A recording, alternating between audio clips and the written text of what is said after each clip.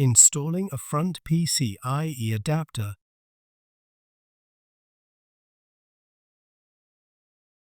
Align the PCIe adapter with the PCIe slot on the riser card.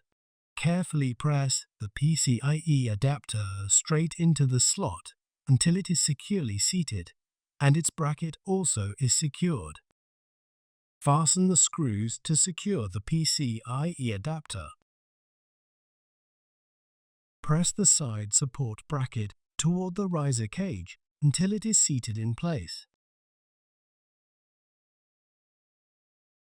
Fasten the two screws at the rear of the riser cage.